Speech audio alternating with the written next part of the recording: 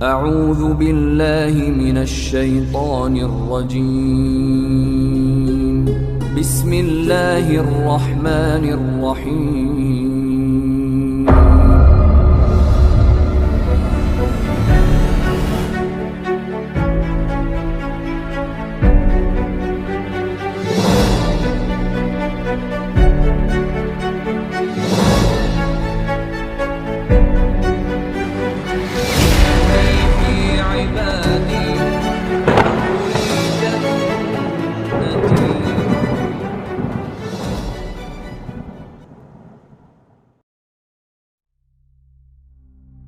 Bismillahirrahmanirrahim. Assalamualaikum warahmatullahi wabarakatuh.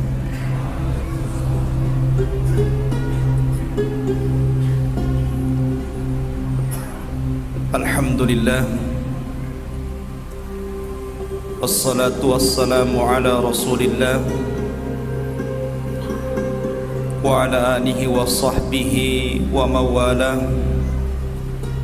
Wala hawla wala quwwata illa billahi wa ba'du. Qala Allah azza wa jalla, ya ayyuhalladzina amanu taqullaha haqqa tuqatih wa la tamutunna illa wa antum muslimun.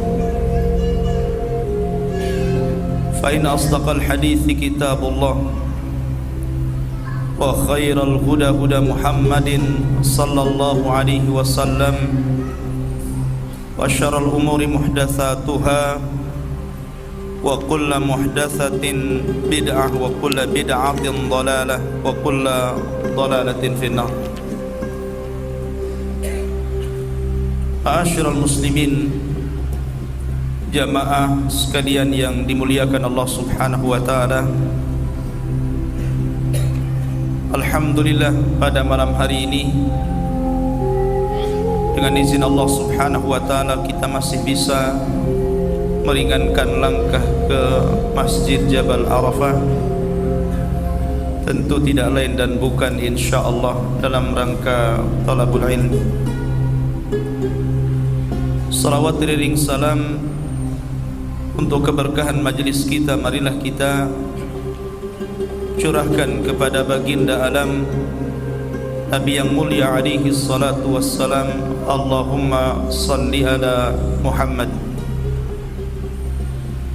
Pembahasan pada malam hari ini kita akan membahas tentang 8 makhluk yang tidak akan hancur setelah sangkakala Israfil ditiup pada tiupan yang pertama.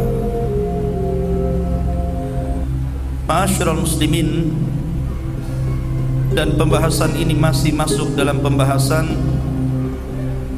tentang al-iman bil yaumil akhir. Salah satunya adalah beriman dengan adanya kiamatul kubra, kiamat besar.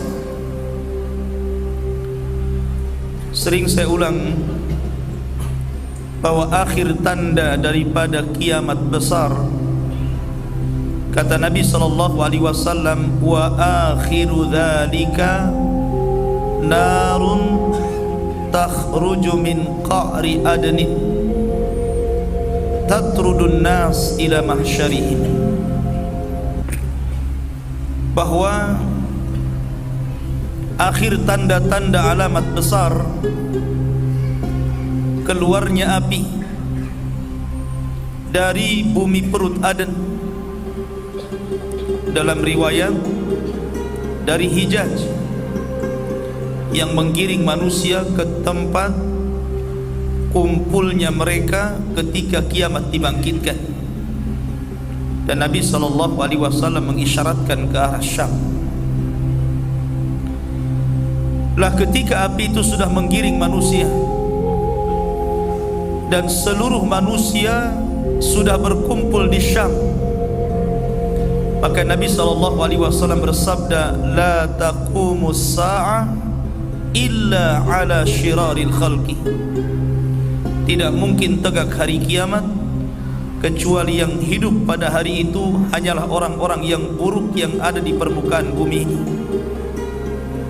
Maka dari situlah Allah Subhanahu wa taala memerintahkan Israfil, satu-satunya malaikat yang ditugaskan hanya meniup sangkakala saja. Dia tidak bertugas kepada yang lainnya. Dan sejak diciptakan Israfil, kemudian diciptakan sur, trompet atau sangkakala, maka Israfil terus meletakkan sangkakala itu di mulutnya, menunggu perintah Allah, dan kedua matanya tajam menghadap arsy Allah Subhanahu wa taala, seolah-olah kapan Allah memerintahkan untuk meniupnya.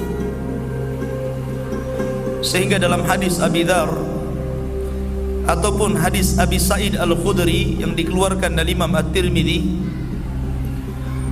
ketika ada Nabi SAW dan para sahabatnya, dilihatnya muka Nabi SAW selalu termenung sedih. Kemudian sahabat bertanya, maka Nabi SAW menjawab, Kaifa an'am wa qad iltaqama Israfil as-surah atau sahibul qarni qarna fayanfukhu fi. Kata Nabi SAW, bagaimana aku bisa merasakan nikmat dunia ini sementara pemilik terompet atau sangkakala sudah siap meniupkan terompetnya. Ketika itu para sahabat bertanya, kalau sekiranya Israfil betul-betul meniupkan sangkakalanya, wahai Rasul, apa yang harus kita katakan? Apa yang harus kita lakukan?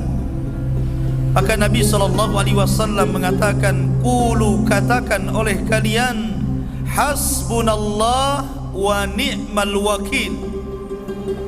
Cukuplah Allah, karena Dia sebaik-baik pelindung. Tawakkalna ala Rabbina, kita bertawakal kepada Rabb kita. Ma'asyiral muslimin yang dimuliakan Allah Azza wa Jalla, dalam hadis Abu Hurairah radhiyallahu anhu, Nabi SAW menyebutkan jarak antara tiupan sangkakala pertama dengan sangkakala kedua selama 40, tanpa menyebut 40 tahun, 40 bulan, 40 minggu atau 40 hari, walaupun pada asalnya dibawa kepada 40 tahun. Disitulah Allah Subhanahu wa ta'ala hancurkan alam semesta ini sehancur-hancurnya. Disitulah Allah Subhanahu wa ta'ala gelapkan dunia, zulumat fauqa zulumat, kegelapan di atas kegelapan. Karena matahari digelapkan, bintang-bintang dijatuh-jatuhkan, lautan ditumpahkan, gunung dihancurkan, bumi digempakan. Disitulah alam semesta dihancurkan, dan disitulah permulaan kiamat besar. Tetapi dengan kehendak Allah Subhanahu wa ta'ala, ada makhluk-makhluk yang tidak dihancurkan Allah Azza wa Jalla. Tidak semua, walaupun Allah Subhanahu wa ta'ala berfirman, kullu man 'alaiha fan wa yabqa wajhu rabbika dzil jalali wal ikram, seluruh alam ini dihancurkan kecuali wajah Allah Subhanahu wa ta'ala, pemilik wajah yang sangat mulia.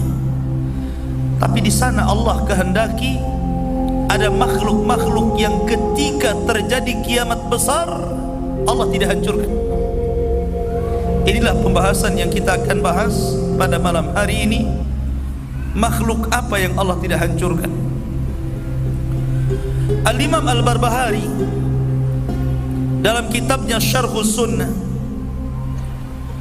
dan juga Imam As-Suyuti rahimahullahu ta'ala menyebutkan, dan juga ulama-ulama akidah yang lainnya, bahwa di antara makhluk-makhluk Allah yang tidak dihancurkan itu jumlahnya 8, dan ada yang menambah 9. Kemudian disebutkan, pertama al-jannatu, sorga.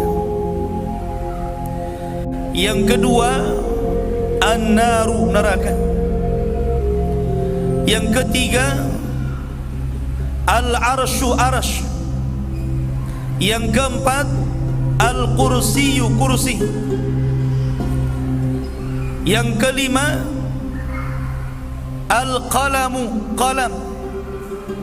Yang keenam, al-lauhil mahfuz, lauhil mahfuz.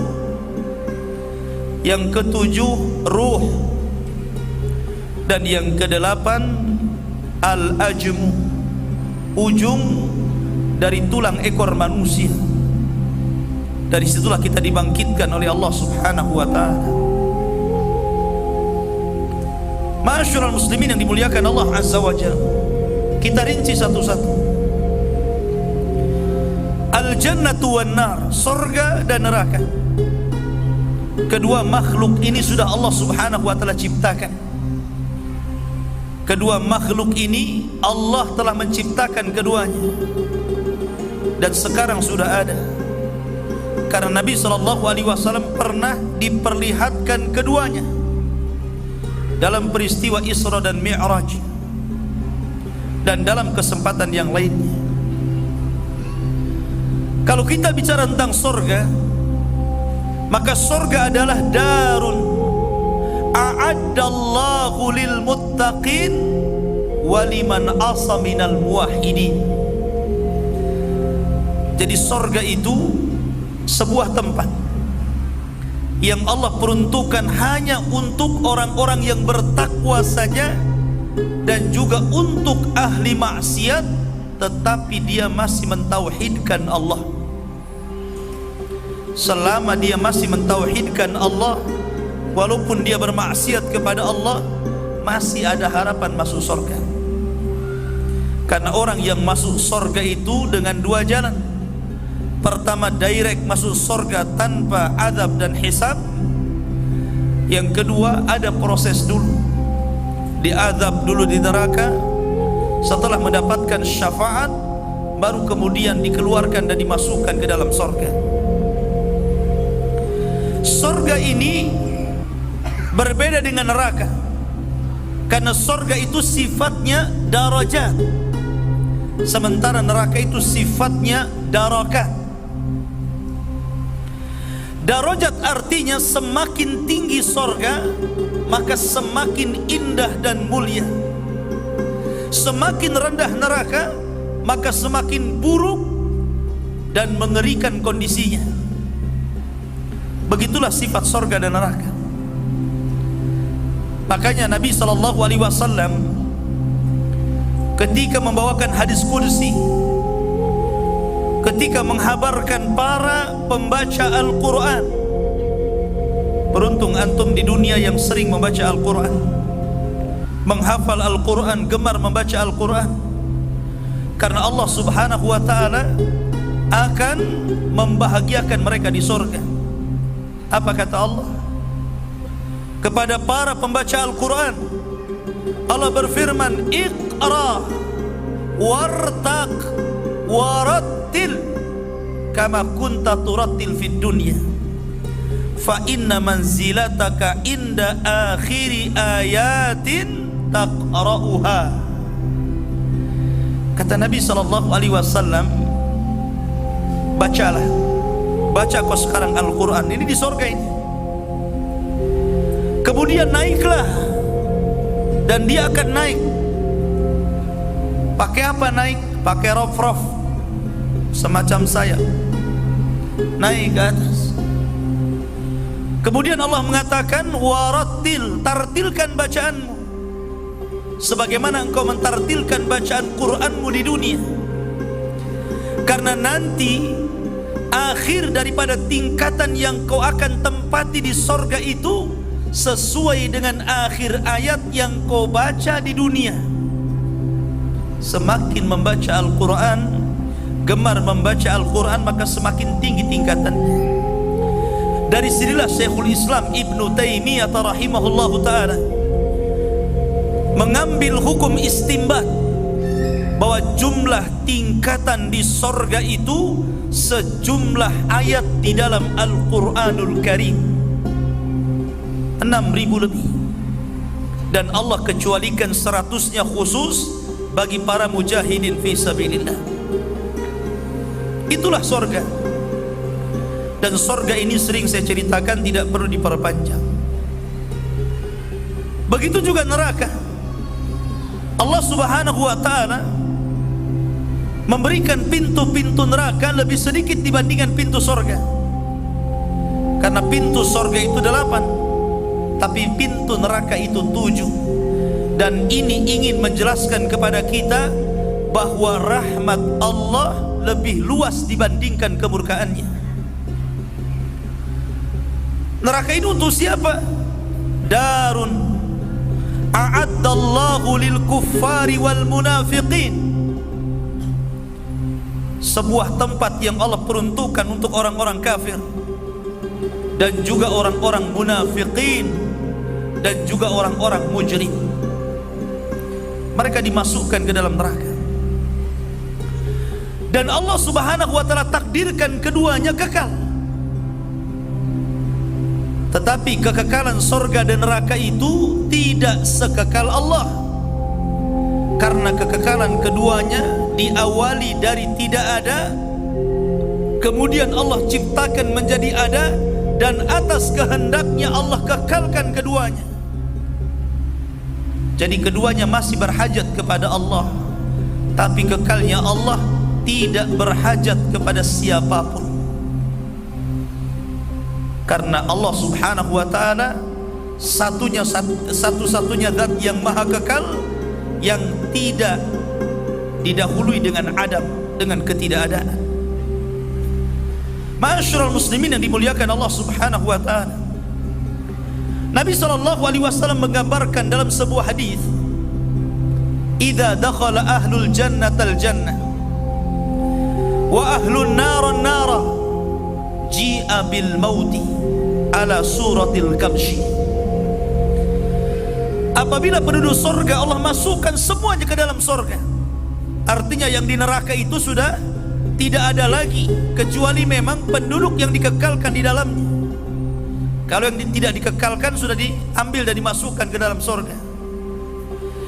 Dan apabila penduduk neraka sudah dimasukkan semuanya ke dalam neraka, disitulah Allah datangkan kematian. Dan kematian ini Allah bentuk seperti kambing kibas. Kemudian Allah sembelih di antara sorga dan neraka. Disitulah tidak ada kematian lagi, karena yang terakhir mati, mati. Kalau yang terakhir mati, berarti tidak ada kematian lagi. Matinya sudah mati masalahnya. Disitulah Allah Subhanahu wa ta'ala memerintahkan penyeru untuk menyerukan kepada kedua penduduk sorga dan neraka, ya ahlal jannah la mauta lakum. Ahli sorga, tidak ada kematian bagi kalian lagi. Wa ya ahlan nar la mauta lakum. Saya kalau nengok ke sana, antum jangan pikir ahli neraka ya. Ya ahlan nar la mauta lakum, tidak ada kematian bagi kalian.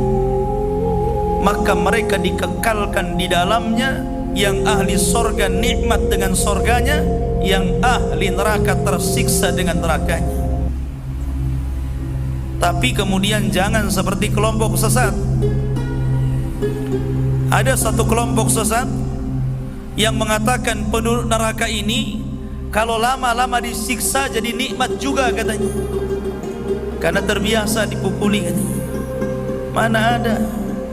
Allah yang mengatakan kullama nadijat juluduhum baddalnahum juludan ghairaha liyadhuqul adzab. Setiap kali kulit mereka dikelupaskan, Allah ganti dengan yang baru. Dikelupaskan lagi, Allah ganti lagi, sampai mereka merasakan azab Allah Subhanahu wa ta'ala. Ini dua makhluk yang Allah takdirkan tidak akan musnah oleh tiupan trompet sangkakala Israfil. Kemudian yang nomor 3, Arasy, dan yang nomor 4 kursi. Bicara arasy ini yang menarik, ikhwah fillah muliakan Allah Subhanahu wa taala. Arasy ini adalah makhluk yang paling besar. Tidak ada makhluk yang lebih besar dibandingkan arasy. Walaupun para ulama khilaf tentang awal penciptaan, apakah arasy dulu ataukah kolam dulu, tapi pendapat yang rajih wallahu alam menurut Al-Imam Ibnul Qayyim dan yang lainnya, bahwa makhluk yang pertama kali diciptakan Allah adalah arasy. Arasy dulu. Allah Subhanahu wa taala menciptakan arasy, dan arasy ini alal ma, posisinya di bawah air. Artinya di atas langit situ ada lautan, dan singgasana itu berada di atas lautan, di atas langit. Lah ketika Allah Subhanahu wa taala menciptakan arasy alal ma, disitulah Allah Subhanahu wa taala menciptakan pena kolam.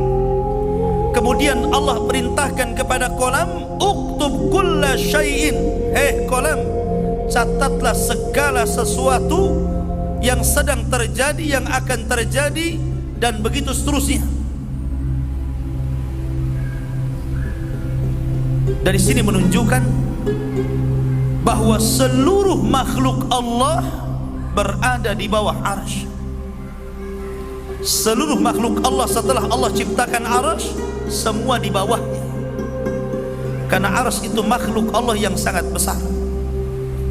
Saya akan sebutkan 2 alasan supaya antum bisa membayangkan betapa besarnya arasy Allah, bagaimana penciptanya. Asar daripada Abdullah bin Abbas radhiyallahu anhuma, ketika beliau membandingkan antara besarnya langit dengan kursi. Kata Abdullah bin Abbas, kalau anda ingin tahu berapa besarnya kursi dengan langit, coba anda berjalan ke tengah padang pasir. Orang kalau berada di tengah padang pasir persis seperti berada di tengah lautan, karena mengarah ke kiri pasir, ke kanan pasir, belakang pasir, depan pasir, seolah-olah antum berada di lautan pasir. Kemudian setelah antum sampai di tengah-tengah padang pasir, copotlah cincin antum ini. Setelah dicopot, letakkan di tengah padang pasir. Kata Abdullah bin Abbas, cincin itu langit bersama lapisannya, adapun padang pasir ini kursinya. Besar kursinya Allah. Kemudian Abdullah bin Abbas memberikan perbandingan lagi, adapun perbandingan arasy dengan kursi, maka sama dengan perbandingan kursi dengan 7 lapis langit. Sebesar apa itu? Nggak bisa membayangkan kita besarnya. Kalau kursi saja, wasi'at kursiyuhus samawati wal ard, meliputi langit dan bumi, sementara kursi dibandingkan arasy seperti cincin diletakkan di padang pasir, menunjukkan arasy Allah ini besar. Dan Allahu Akbar, Allah Maha Besar sebagai penciptanya. 2, arasy ini ditopang oleh 8 malaikat. Wa yahmiluna arsya rabbika fawqahum yawma idzin thamaniyah.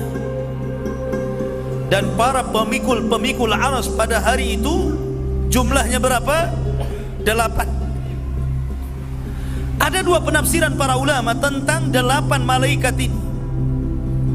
Ada yang mengatakan 8 itu ya 8 malaikatnya, sesuai dengan hitungan matematika yang antum paham, 1, 2, 3, 4 sampai 8. Artinya 8 malaikat yang mengusung arasy.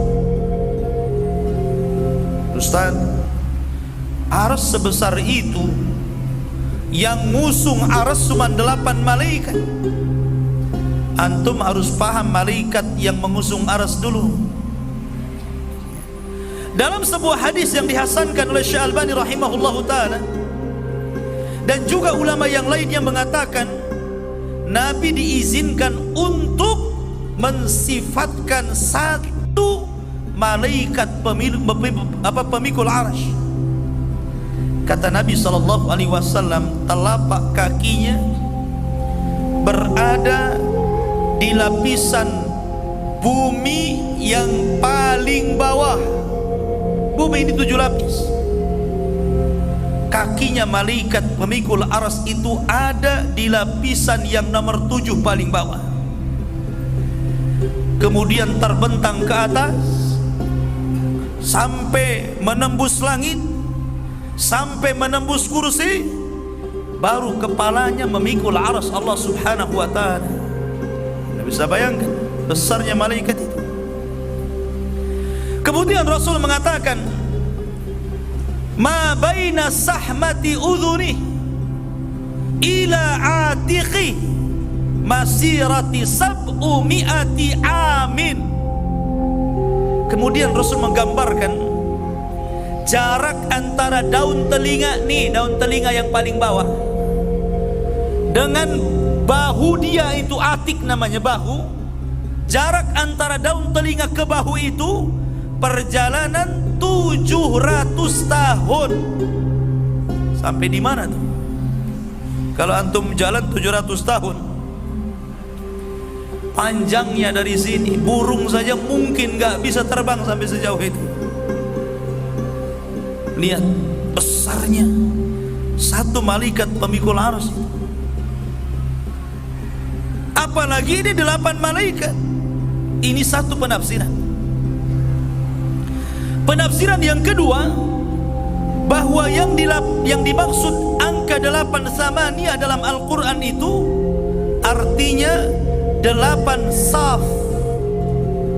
8 saf. Antum kalau sholat kan ada saf tuh. Kan satu saf kan bukan satu orang kan, berjejer banyak kan. 8 saf.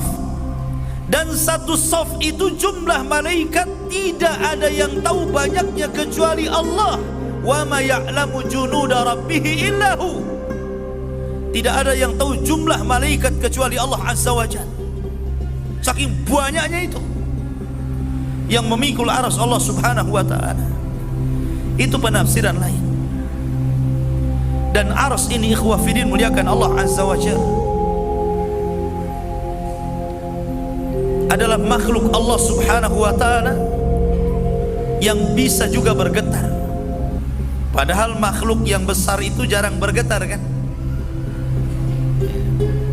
Bangunan besar saja jarang bergetar. Gunung lihat susah bergetar kecuali gempa kan? Arsy ini makhluk yang sangat besar tapi bisa bergoncang.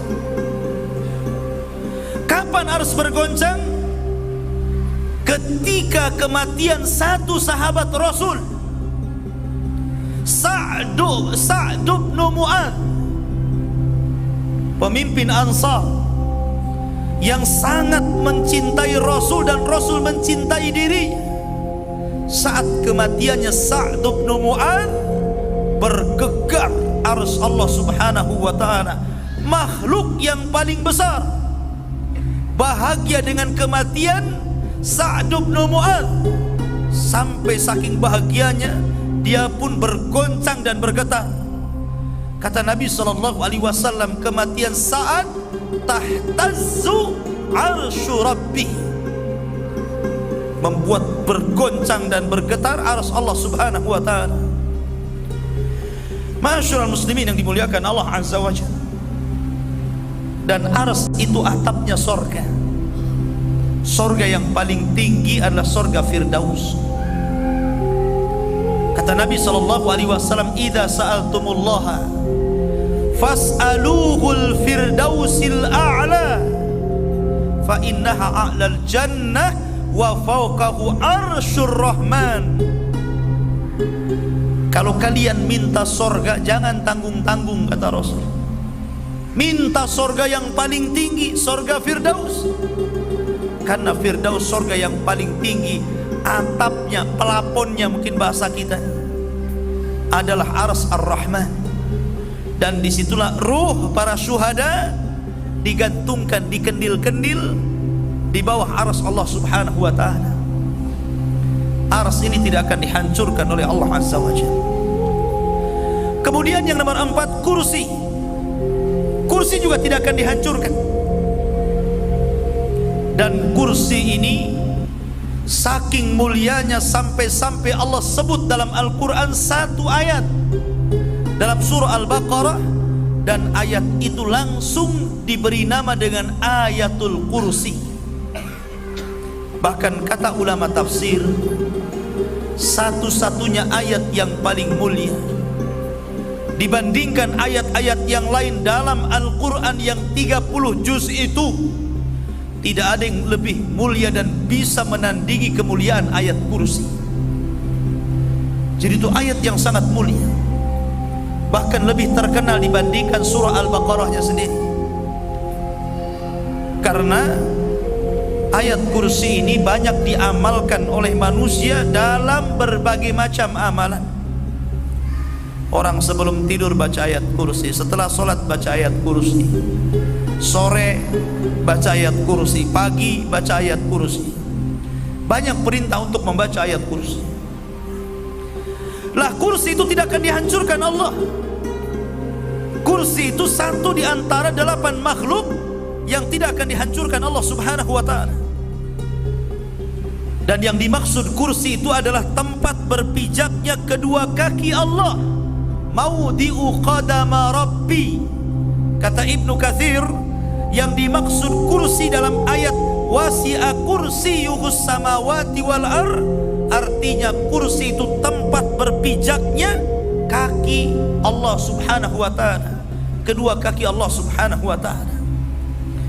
Kalau tempat berpijaknya saja sebesar itu, maka tentu Allah Subhanahu wa ta'ala akbar dibandingkan makhluknya. Ini yang nomor 4. Kemudian yang nomor 5, Al-Lauhu wal Qalam. Nomor 5 dan nomor 6, Lauhil Mahfuz dan juga Qalam. Bicara tentang Lauhil Mahfuz, Lauhil Mahfuz itu ikhwan disebutkan dalam Al-Quran surah Buruj, fi lauhin mahfuz. Itu dari 2 kata ya, lauh, mahfuz. Lauh itu semacam papan. Papan untuk menulis itu disebut lauh dalam bahasa kita. Makanya orang-orang Jazairi sana kalau menghafal Al-Quran itu pakai lauh, bukan pakai mushaf kayak kita. Pakai lauh, pakai papan, ditulis ayat yang mau dihafal, kemudian dibawa papannya kemana-mana. Kalau sudah hafal dihapus, tulis lagi. Orang sana kalau ngapal Quran kayak gitu, nenteng-nenteng papan. Makanya orang sana kecil-kecil jago. Oh di sini mungkin kalau ada yang tahu surat ayat itu udah hebat ya. Oh di sana anak-anak kecil udah biasa itu. Ya. Karena begitu cara pendidikan menghafal Qurannya. Tapi yang dimaksud lauh di sini adalah, disebutkan para ulama, adalah makhluk Allah, mahallun limaqadiril khalaik. Satu makhluk Allah yang dikumpulkan padanya seluruh takdir-takdir makhluk diletakkan di situ. Seluruh takdir makhluk sejak zaman pena menulis sampai kiamat dibangkitkan, tercatat di situ. Rizkinya, ajalnya, bahagianya, celakanya, semuanya dicatat dalam lauh tersebut. Dan antum harus pahami beberapa kaedah ketika kita berbicara tentang Lauhil Mahfuz. Yang pertama, bahwa Lauhil Mahfuz adalah perkara gaib, sehingga seseorang tidak boleh mensifati Lauhil Mahfuz kecuali berdasarkan Al-Quran dan Sunnah Nabi. Ini perkara gaib masalahnya. Yang kedua, Kalimat lauhil mahfud, papan yang dijaga, terjaga dari apa? Kenapa harus dijaga? Dari dua perkara. Lauhil mahfud itu artinya dijaga atau terjaga dari at-taghyiri wat-tabdili waz-ziyadati wan-nuqsan. Terjaga dari perubahan, dari penggantian, dari tambahan, dari pengurangan. Tidak mungkin terjadi apa yang sudah ditulis di Lauhil Mahfud terjadi perubahan sedikit pun. Gak mungkin berubah. Begitu terus sejak ditulisnya sampai dikiamatkannya dunia ini. Ini yang pertama. Yang kedua, terjaga dari usulis syaitan. Sampainya setan ke situ, kemudian mencuri isi daripada takdir-takdir manusia. Setan tidak akan sanggup masuk ke situ untuk mencuri dengar, kemudian membawa ke bumi dan dijual kepada tukang sihir. Gak akan sampai setan di situ, karena lauh itu dijaga oleh para malaikat. Inna nahnu nazzalna dzikra wa inna lahu lahafidhin. Allah menjaga Lauhil Mahfuz, tidak mungkin disentuh. Ada memang riwayat yang mengatakan bahwa catatan itu yang dimaksud lauh itu adalah keningnya Jibril. Apa ini namanya? Keningnya. Jadi ketika Allah menciptakan kolam itu, yang suruh menulis itu di keningnya Jibril. Jadi kolam itu nulis di keningnya Jibril. Semua takdir-takdir makhluk selama hidup di dunia. Apa keningnya Israfil? Apa? Dalam keningnya Israfil, sampai akhirnya Israfil meniup sangkakan. Tapi sekali lagi, ini tidak benar. Riwayatnya tidak sampai kepada derajat yang bisa dijadikan hujjah. Tidak perlu kita kemudian memakai riwayat ini bahwa Lauhil Mahfud itu adalah dahinya Israfil, yang kemudian qala mencatat di situ sampai kiamat. Masyaallah, ada yang mengatakan dalam riwayat Abu Syekh bahwa lebar dan besarnya Lauhil Mahfud itu masiratu mi'ati amin. Ada yang mengatakan sejarak 100 tahun perjalanan lebarnya. Ya. Sampai di mana itu kalau antum jalan 100 tahun? Itulah lebarnya Lauhil Mahfud. Dan disitulah catatan seluruh takdir manusia. Bahkan takdir-takdir bukan hanya manusia, seluruh makhluk, sejak diciptakan sampai dihancurkan Allah Subhanahu wa ta'ala. Ya. Masyaallah muslimin yang dimuliakan Allah Azza wa Jalla, itulah juga makhluk yang dikecualikan lauh. Kemudian juga qalam. Yang nomor berapa itu? Nomor 6. Qalam. Nun wal qalami wa ma yasturun. Qalam, makhluk kedua yang Allah ciptakan. Kemudian qalam mencatat di lauh yang dijaga, yang disebut dengan mahfud. Ada yang mengatakan bahwa letak Lauhil Mahfud dan juga qalam berada di dalam arasy sebagai kemuliaan keduanya, karena seluruh takdir Allah dicatat di situ dan Allah yang menjaganya. Wallahu a'lam. Kemudian yang nomor 7, ruh wal ajm. Pertanyaan, ketika kiamat dibangkitkan, kemana ruh pergi? Bukankah ruh tidak dihancurkan? Kemana ruh pergi? Kelayapan kemana ruh itu? Masyaallah muslimin yang dimuliakan Allah Azza wa Jalla, kita tahu bahwa ruh itu berbeda dengan jasad. Jasad tanpa ruh tidak ada kemuliaan. Tapi kalau jasad ada ruh, jasad itu jadi mulia. Pengen bukti, lihat orang hidup dengan orang mati.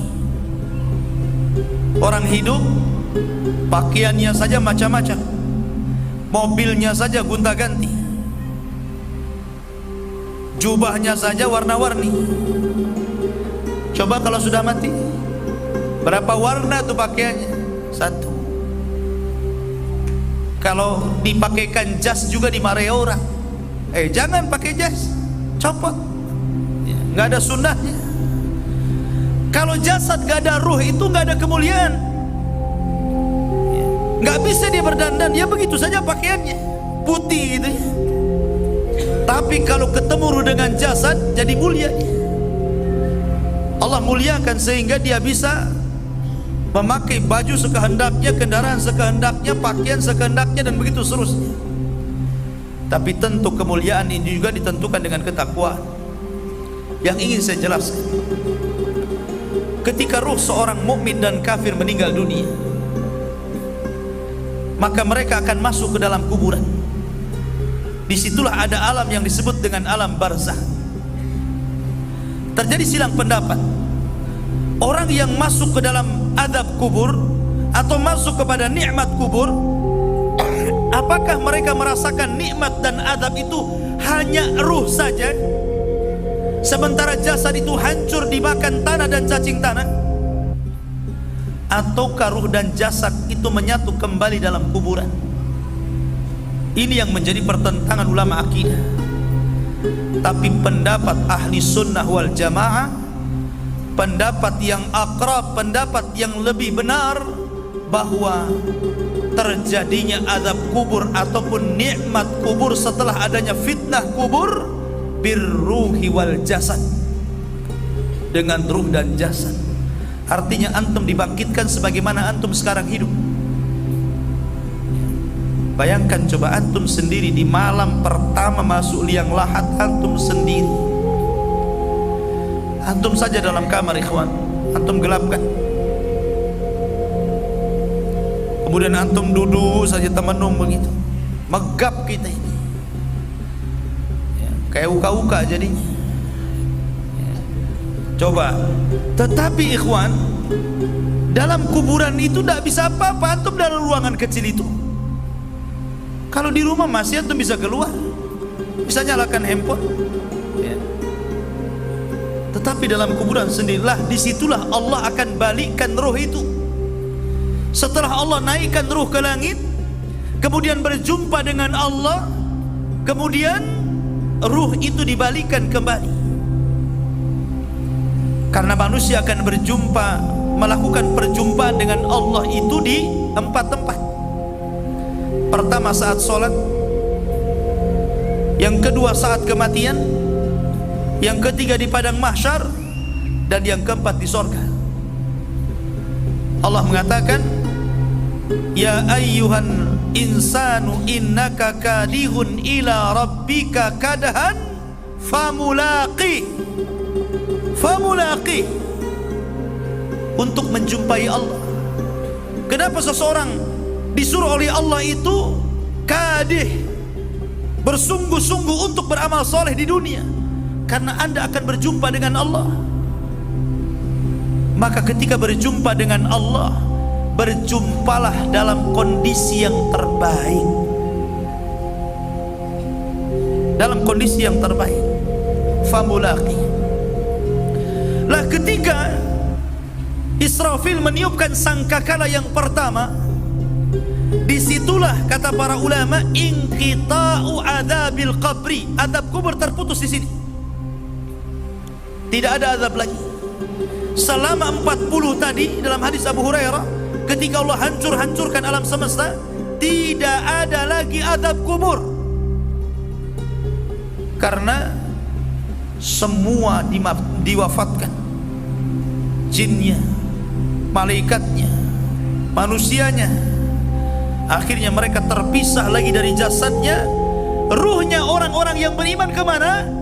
Fil illiyin, diletakkan di tempat yang paling tinggi sementara.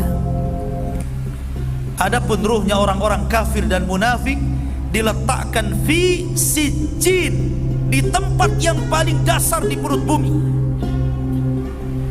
Disitulah ruh tersimpan sampai pada waktunya nafkhatus tsaniyah, tiupan sangkakala yang kedua, barulah ruh itu dikembalikan lagi ke jasad-jasadnya, sehingga Allah katakan wa akhrajatil ardu athqalaha, maka manusia keluar dari perut bumi, dan semua Allah keluarkan mulai dari Adam sampai yang terakhir mati. Banyak itu. Masyarul muslimin yang dimuliakan Allah Azza wa Jalla. Jadi ruh itu tidak dihancurkan kemana? Kalau ruhnya orang yang beriman, fil iliyin. Kalau ruhnya orang-orang kafir munafik, fi sijjin, dalam sijjin. Itulah ruhnya. Ruh tidak akan dihancurkan pada kiamat. Dan yang terakhir, al-ajm, ujung tulang ekor manusia. Semua manusia itu punya tulang ekor, walaupun nggak punya ekor. Kalau punya ekor masalah. Itu keturunan Darwin. Kita keturunan Adam, nggak ada ekornya. Jadi setiap manusia itu punya tulang ekor. Betapa walaupun badan kita hancur dimakan tanah, dimakan cacing tanah, dihantam oleh kiamat, tetap tulang ekor itu tidak akan hancur. Walaupun Allah hancurkan sehancur-hancurnya bumi, tetap tulang ekor manusia tidak akan dihancurkan. Yang kecil itu yang di ujung.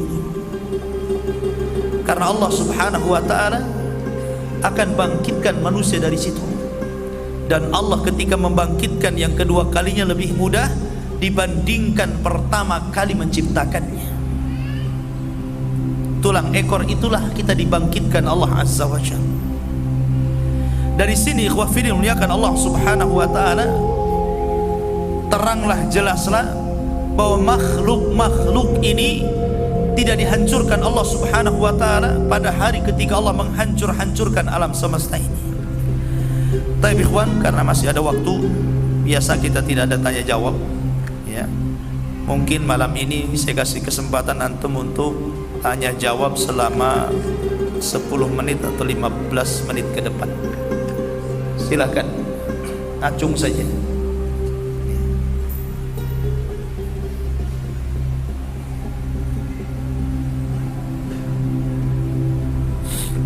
Assalamualaikum warahmatullahi wabarakatuh. Waalaikumsalam.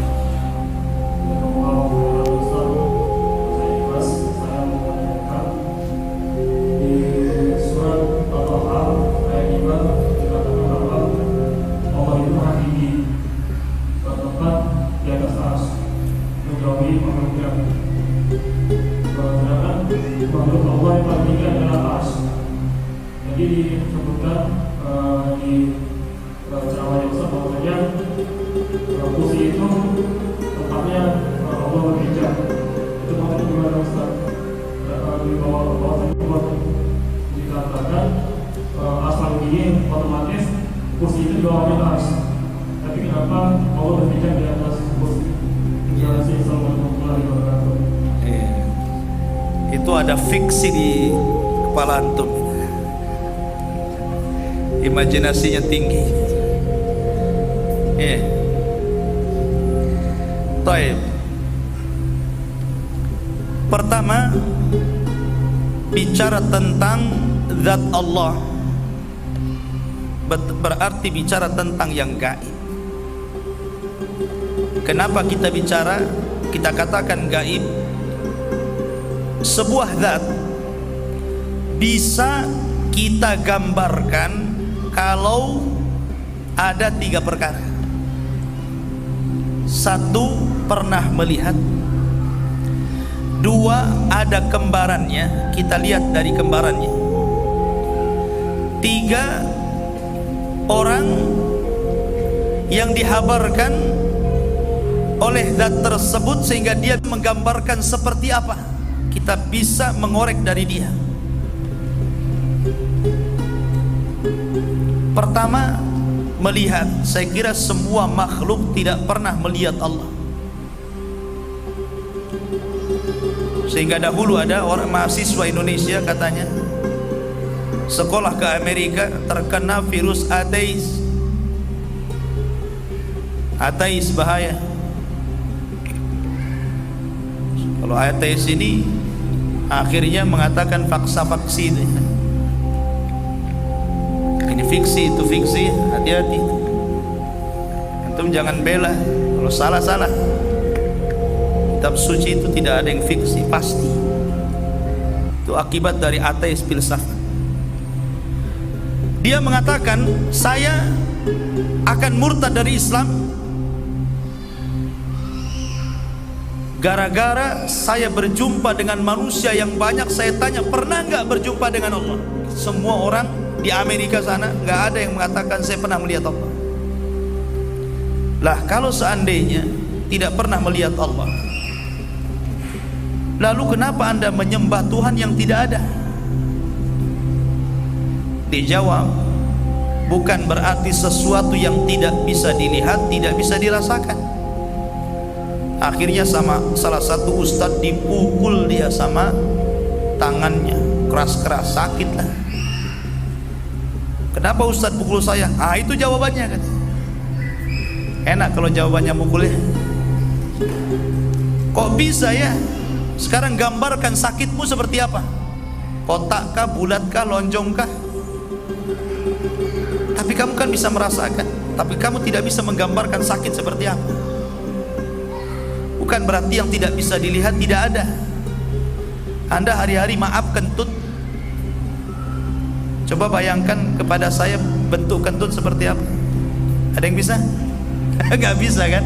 Tapi antum bisa rasakan ya kan? Taib. Ini yang pertama. Yang kedua, atau ada kembarannya, tetapi Allah tidak punya kembaran, sehingga kita tidak bisa melihat kembarannya. Karena Allah mengatakan walam yakun lahu kufuwan ahad. Allah tidak punya kembaran, sehingga susah kita melihat. Atau yang ketiga, yang mungkin ada orang yang paham tentang sifatnya bukan karena melihat, tapi dia mewahyukan kepadanya, siapa saya? Kita hanya bisa lewat dia saja. Dialah Nabi SAW. Kita hanya mampu mengenali siapa Tuhan yang kita sembah dari orang yang dipercaya Tuhan untuk menjelaskan sifat-sifatnya kepada kita. Itu saja. Yang ketiga ini yang mungkin. Sehingga kita hanya berdasarkan nas. Kalau Allah menceritakan dalam Al-Quran sifat-sifatnya, kita tetapkan. Kalau tidak, ya kita tidak. Atau kita tetapkan yang disifatkan Nabi SAW. Kalau tidak, ya sudah tidak. Itu satu. Yang kedua, jangan pernah menggambarkan perkara gaib. Jangan pernah menggambarkan perkara gaib. Makanya ketika Imam Malik rahimahullahu ta'ala ditanya tentang istiwa Allah, bahwa Allah itu bersemayam, berada di atas ketinggian arsy. Ya Imam, kaifa istiwa? Maksudnya istiwa Allah. Marah Imam dan mengatakan istiwa'u ma'lum. Namanya istiwa itu jelas maknanya, tetapi bagaimana istiwanya majhul, tidak jelas. Dan beriman wajib. Bertanya itu perkara yang mengada-ada, yang tidak ditanyakan para sahabat Nabi. Sehingga kewajiban kita hanya sami'na wa ata'na. Kalau Allah katakan Ar-Rahman berada di atas arsy, sudah, kita tetapkan di atas arsy. Kalau kemudian kursi itu tempat berpijaknya kedua kaki Allah, masa Allah punya kaki? Bagaimana berpijaknya? Tidak perlu ngapain. La tas'al amma yaf'al. Jangan kau tanya perbuatan Allah, Allah yang tanya kalian. Sibuk kali dengan Allah ya. Jadi tidak perlu. Sudah, kita ini beriman apa yang sudah ditetapkan saja. Karena perkara akidah ini susah. Karena keyakinan harus beriman. Jangan sampai ragu. Iman itu kan keyakinan mantap. Iman itu walaupun mustahil pun kalau dia beriman dia yakin, kayak Isra Mi'raj. Secara akal bertentangan kan? Secara akal bertentangan. Tetapi secara akal bertentangan pun Abu Bakar tetap mengatakan, kalau memang ada peristiwa yang lebih mustahil daripada Isra Mi'raj, aku yang pertama membenarkannya. Padahal akal menolaknya. Dan di zaman itu loh ya. Kalau di zaman sekarang akal menerimanya. Kalau di zaman itu kan tidak mungkin. Isra itu zaman itu susah mau diterima. Kalau di zaman sekarang mungkin pakai logika. Karena sudah ada pesawat kan. Antum naik pesawat, tahu-tahu dalam tas antum ada kecoanya. Ikut sama antum dalam pesawat kecoa itu ke Jakarta. Kemudian sampai di Jakarta hanya sebentar, balik lagi ke Batam. Kecoanya turun. Kemudian ngomong sama kawannya, aku dari Jakarta. Kira-kira kawan kecoanya yang lain tuh percaya gak?